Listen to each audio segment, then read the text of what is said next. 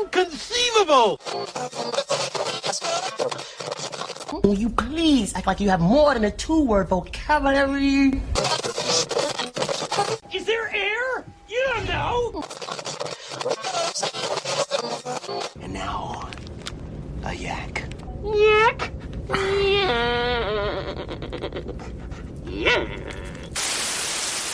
Hey, don't touch that dial. You found Secular Yakking. I'm Robert. And I'm Amy. After years, No, many years of yakking at each other. we're here to yak at you. So sit back and enjoy the yakking. Welcome back, everyone. Hope you had a wonderful week.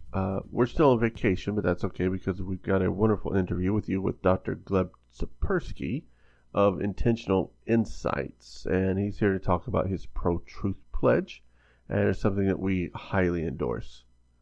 We'll be back next week with our regular recording, and until then, enjoy this yakking session. And welcome to another instance of our yakking session. Yep. Yeah, get another one. Kind of cool. Mm-hmm. We tend to do those from time to time. Yeah. This session, we have a really cool guest. We have Dr. Gleb Tsipursky, who runs the Rational Politics Project at Intentional Insights, a nonprofit devoted to promoting rational thinking and wise decision-making in politics and other life areas. The main focus of the Rational Politics Project is the ProTruth Pledge, which aims to reverse the tide of lies and promote truth through combining behavioral science crowdsourcing. A best-selling author, he wrote Find Your Purpose Using Science and other books, and is the author of the forthcoming The Alternative to Alternative Facts, Fighting Truth Politics with Behavioral Science. He regularly publishes pieces in the topics in the most prominent venues such as Time, New York Daily News, Psychology Today, reason-oriented venues such as The Humanist, Skeptical Inquirer, Free Inquiry, American Atheist Magazine, and Pathos. He has appeared as a guest on mainstream venues such as Network TV, including affiliates of Fox, ABC, and others, radio stations such as NPR, WBAI, KGO, and 700 WLW, as well as reason-oriented podcasts such as The Raw Men Podcast, Scathing Atheist, Anthropology, Sensibly Speaking, The Humanist Hour. He researches decision-making and emotional and social intelligence in politics and business as a professor at Ohio State. He is also a speaker and consultant on the topics and is available to speak to reason-oriented groups through the AHA, SSA, and CFI speakers bureaus. Welcome to Secular Yakking. Thanks for that welcome, Rob. Appreciate it. Oh, You're a very busy man. Thank you, Amy. I tried. There's a lot of world to save and very limited time to do it. Yes, that's true. Yeah, that is incredibly true. So, well, let's start with the obvious. Let's find out what the ProTruth Pledge is, because that's what we're here to find out. Excellent. So I would encourage listeners to go to protruthpledge.org. Again, that's protruthpledge.org, no dashes, so they can follow along with us as we talk about the ProTruth Pledge. Well, and the ProTruth Pledge, yeah. I was going to say, that's where I'm at, so I can follow along with Excellent. Perfect. So the ProTruth Pledge is meant to reverse the tide of lies in our politics and promote truth in our political system. And that's the goal of the pledge. That's the goal of this project. It basically does so by changing the incentives for public figures to make them more likely to tell the truth and less likely to lie.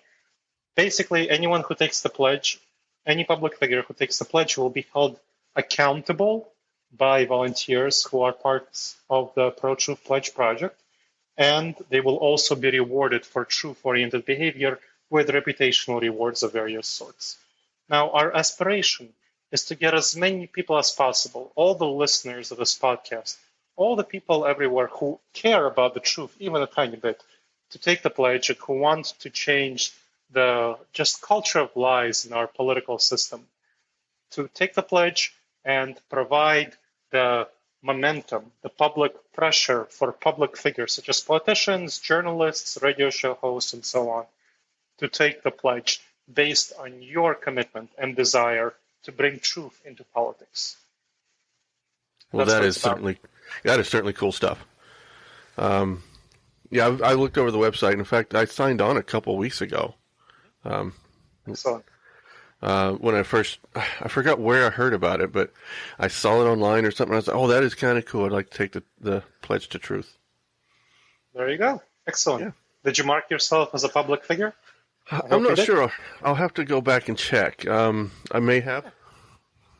Oh, you definitely should, because that gives you the credibility you deserve. So one of the things that folks can look at, if we go to the FAQ number 3, what are the rewards for taking the pledge? If you're a media figure or thought leader, then people can put in a paragraph about themselves, about why they chose to take the ProTruth Pledge. In fact, if you just click on the orange button, Take the Pledge, you can go down to the very bottom, and you could see that there's a paragraph for people to explain, who are public figures, to explain why they chose to take the pledge and give free links to their online media content. So that can include things like podcast links, Patreon page if you have a Patreon account, Facebook, Twitter, and so on. And for other public figures, let's say for a politician, we have a number of politicians who take the ProTruth Pledge. That can include their campaign page, their contributions page, their online media presence page. So all of these things. Or for other people, let's say public commentators, journalists, that can include their LinkedIn account, their official blog, and so on. So anything that they want to share. And then that gets sent out in a monthly newsletter to all the people who took the ProTruth Pledge. And this is why it's especially important for everyone to take the ProTruth Pledge, because that creates a bigger reputational reward for public figures who sign up for the pledge. And so we figure that the early adopters, like you, Rob, will be people who already care about the truth, that who are already committed to it. But Right. in order to get more people for whom this is not a strong pull, just the internal motivator to bring truth into our society, we need people like us who care about the truth to sign on to the pledge and participate in it, and to provide an audience for these public figures to have that blurb be sent to them and see that these public figures are truth-oriented.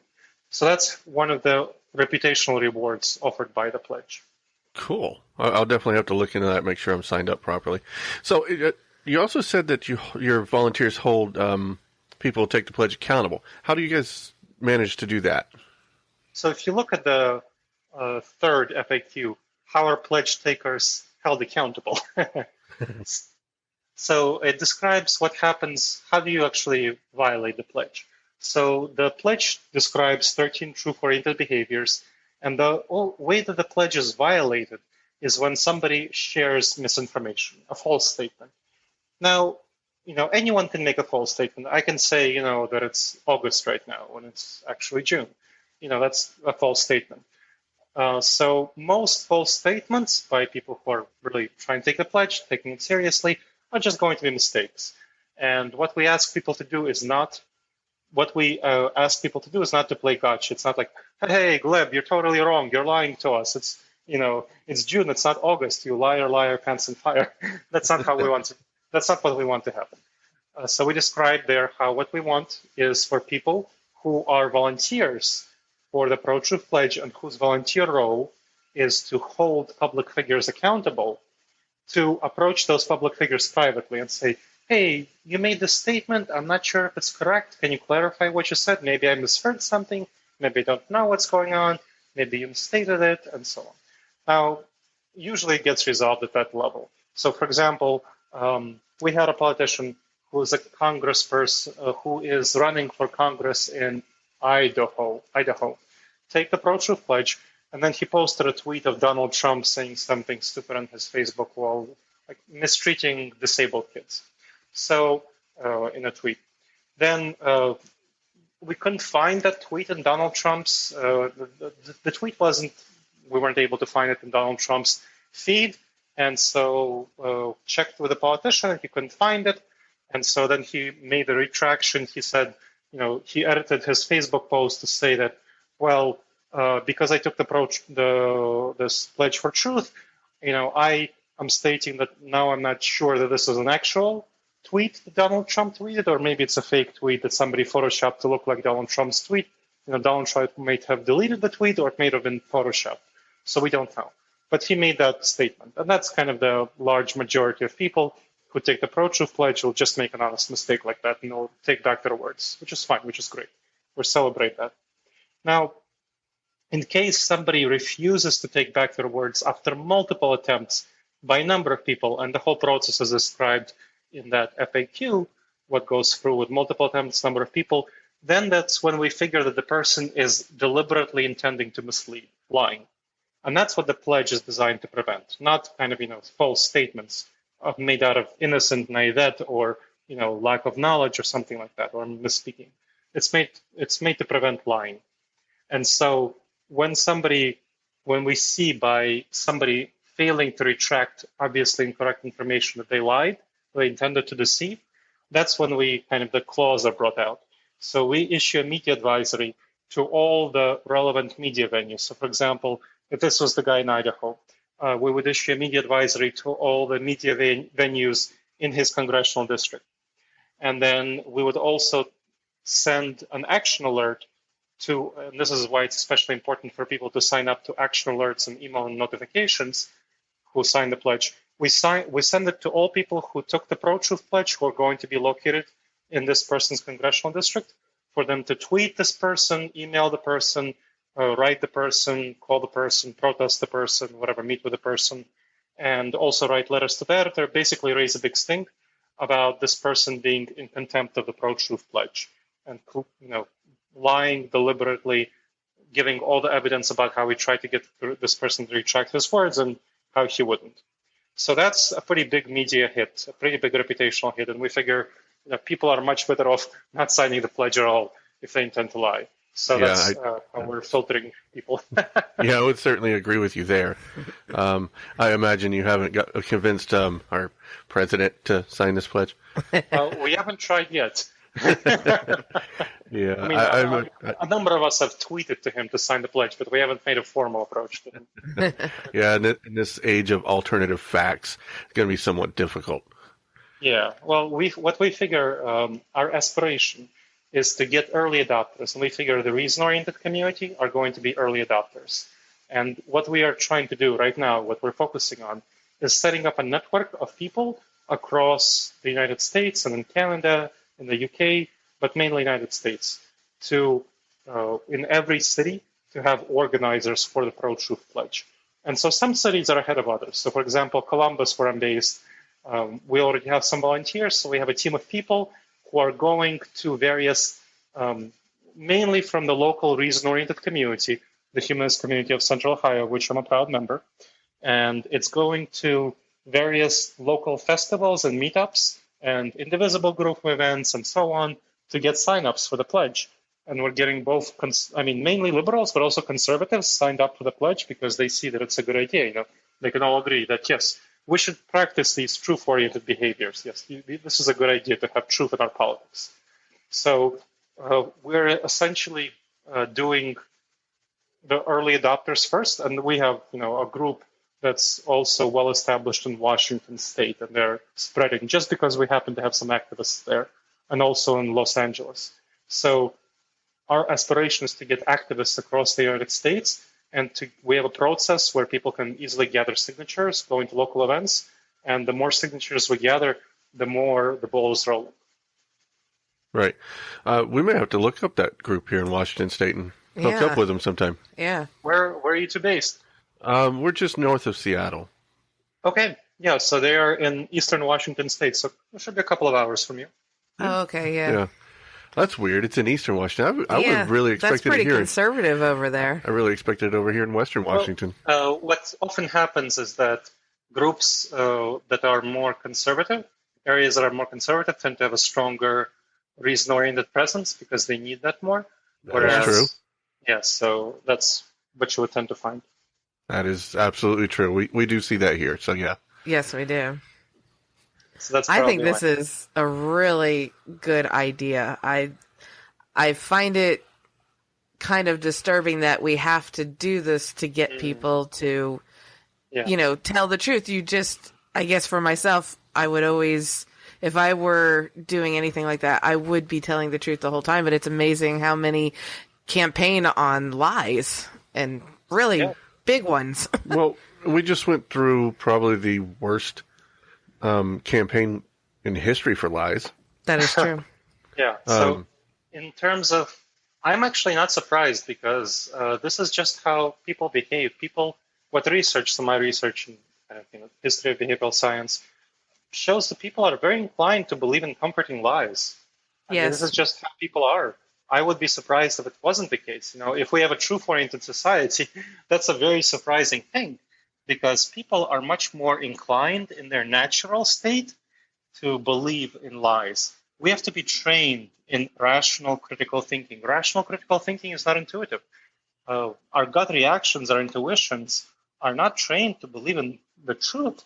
They're trained to win over arguments, and they're trained to, have reproduction and food and shelter and social dominance and reputation.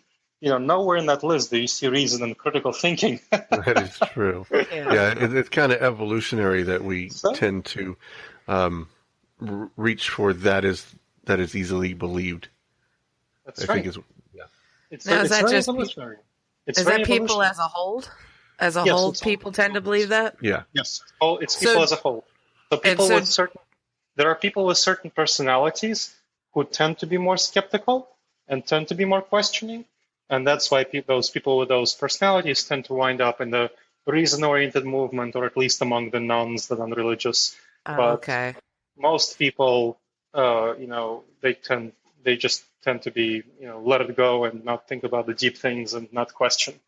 Yeah, that was my question, the majority being that way, but there are the few that do question.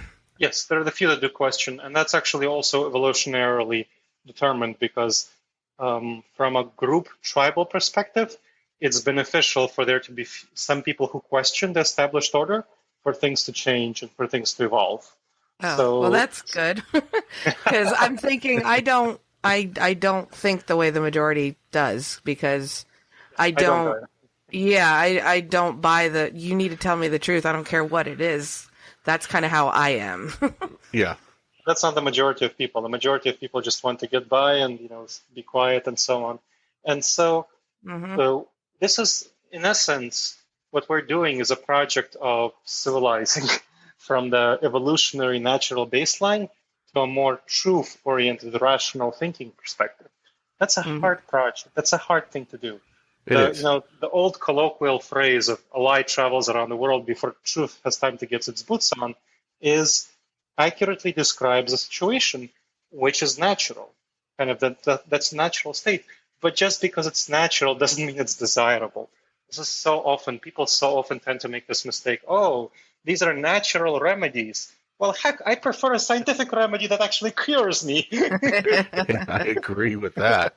I don't want a natural remedy. I want something that works. Yeah, in general, I would prefer something that works. Yes. So, it doesn't matter to me whether it's scientific or natural. I don't have any preference for naturality as a thing. I want something that's effective. And so this is the more rational perspective, but it's a deliberate perspective. It's a cultivated one. And so a preference for truth, except for a small minority of people, is a cultivated perspective, is one that we have to establish. And the ProTruth Pledge does that. It's what's shown by research to help do these things. So, for example, there's research showing that if people are given information on recycling, you have two groups. One group is just given information on recycling, how to do recycling and so on. Another group is not given information on recycling. They just know that recycling happens. And a third group is given information on recycling and commits pledges to recycle. You have the control group doing relatively little recycling. Then the group that has been given information on recycling has been doing a little bit more recycling. And the group that commits to doing recycling does significantly more recycling. So this is kind of the aspiration of getting as many people as possible to commit to the ProTruth Pledge. Then these people will be more likely, according to the evidence in behavioral science, they will be committed to doing the truth-oriented behaviors if they pledge to the truth. So that's one. That makes sense to me because it holds them accountable. Right. Yeah, people want to be inherently want to be seen as honest, right?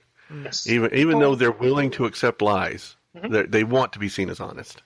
they want to be seen as honest for reputational reasons. So Right. this is another aspect of the pledge. When people take the pledge, we encourage them. There are a couple of other things that go on. We encourage them to share about it on their social media so that people know that they took the pledge. When they post articles, we encourage them to say, because I took the ProTruth Pledge, I checked this article, I made sure it's accurate, and the headline represents the article well. And so that both gives their posting more credibility than Joe Schmo, over in the next block, and it holds them more accountable, so that other people can say, oh, hey, that article wasn't actually accurate. Are you really living up to your pledge? So it gives them more of an impact. So we both get people to behave in a more truth-oriented way, and the people who are more truth-oriented get to have a stronger impact on public discourse by doing so. Cool. Absolutely. So what if you run into someone who hasn't taken the Pro-Truth Pledge, right? But you've discovered they're blatantly lying. What's your best Approach? tactic to get them to understand what they're doing? So, because sometimes it's difficult. I mean, I'll get into some conversations, and it's. Often what works well is to show people the ProTruth Pledge and see if they would be willing to abide, to sign it and agree to its contents, and behave in these ways. Now, if they don't, are you really going to be interested in spending your time arguing with them? Generally, no. No. So that's actually a really good filter for people.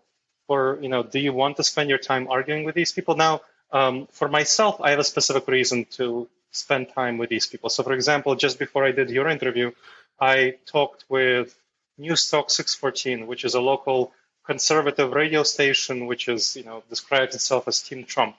Now, I talked to these people in order to get them to update their beliefs toward a more accurate perspective. So I do research on how to talk to conservatives in such a way as to get them to update toward the truth. But that's kind of a very, I don't want to say niche thing. It's you need to know the techniques for how to do it, and you need to have a specific approach that would appeal to conservatives.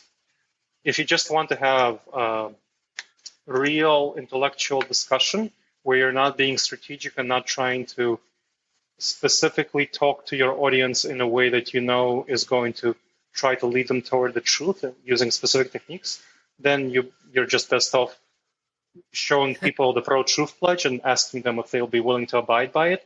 And if not, then just not talking to them. Maybe I should try that again to less online arguments. Yeah, I mean, that's definitely what people do.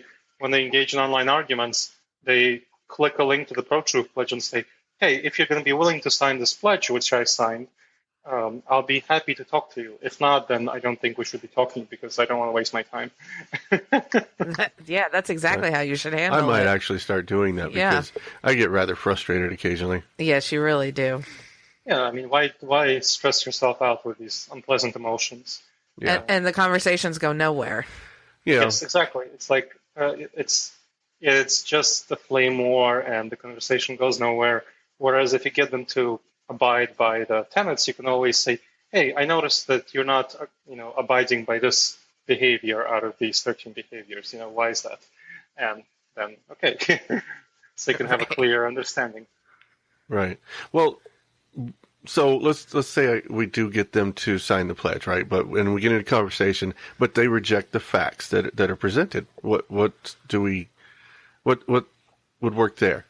So when you go to the pledge, one of the aspects of the pledge defines what is misinformation, what is accurate information, what is misinformation for the sake of the pledge. So some things, like I said, are obvious. It's not August right now, it's June. So, everyone can agree on that. Now, there are things that are more under interpretation. And for those two, we have two areas that are considered misinformation.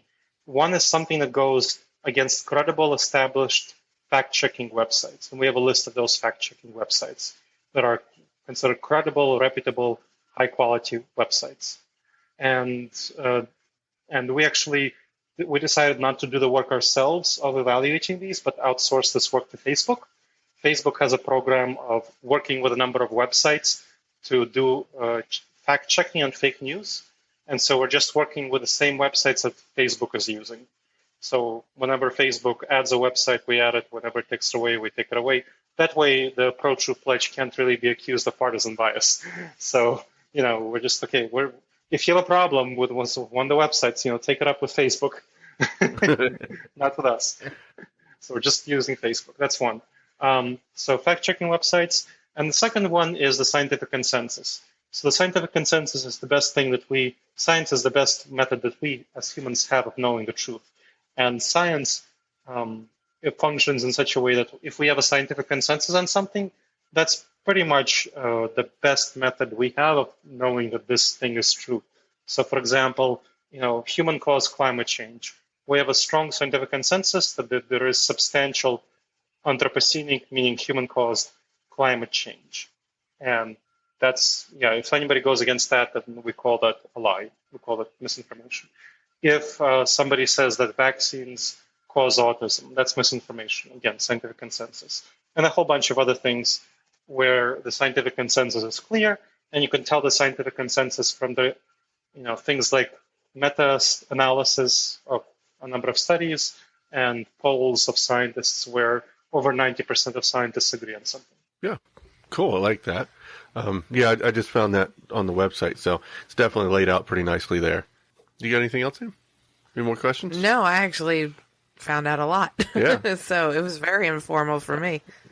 Yeah. What about you, Amy? Do you think you'll take the ProTruth Pledge? Oh, yeah, I have no problem with that. Well, I'll get her hooked up later tonight. I was going to say, yeah. She doesn't do computers. I don't do computers, almost ever. Fair enough. She checks her email like once a year. Fair enough. Okay, fair enough. One of the things that podcast hosts like you have found useful is to do a little, put a website badge in your podcast that you took the ProTruth Pledge.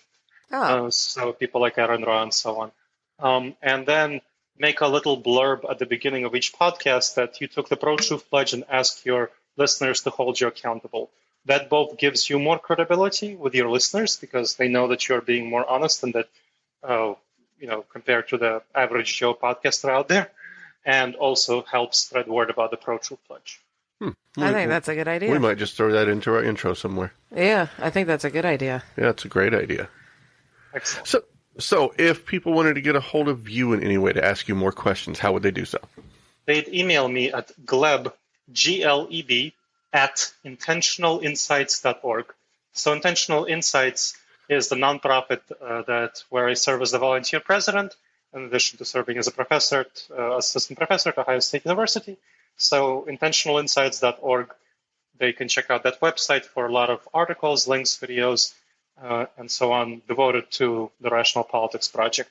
And my email again is Gleb, Gleb, at intentionalinsights.org.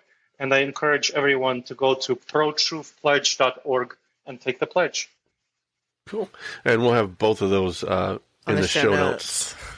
You finally got one right. I got that part. Wow. Well, thanks for coming in and informing us about the ProTruth Pledge. I can't say that. I don't know what it is. Tongue-tie on everything. I don't know. It's weird. No worries.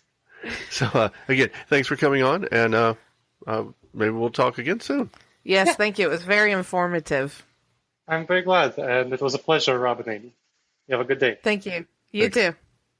We always like to hear your feedback, so leave us a voicemail at 704-802-YAK or an email at podcast@secularyakking.com. More input. All comments are welcome. We like to hear the good, the bad, and the ugly. You also can find us on Facebook, Twitter, YouTube, and Google+. If you like our show, head over to your podcast directory of choice and leave us a 5-star review. If you really like the show, support the show on our Patreon page. I'd buy that for $1. And we'll be back next week with more yakking to please your eardrums. Bye-bye, boys. Have fun storming the castle. Think it'll work? It would take a miracle. Bye-bye.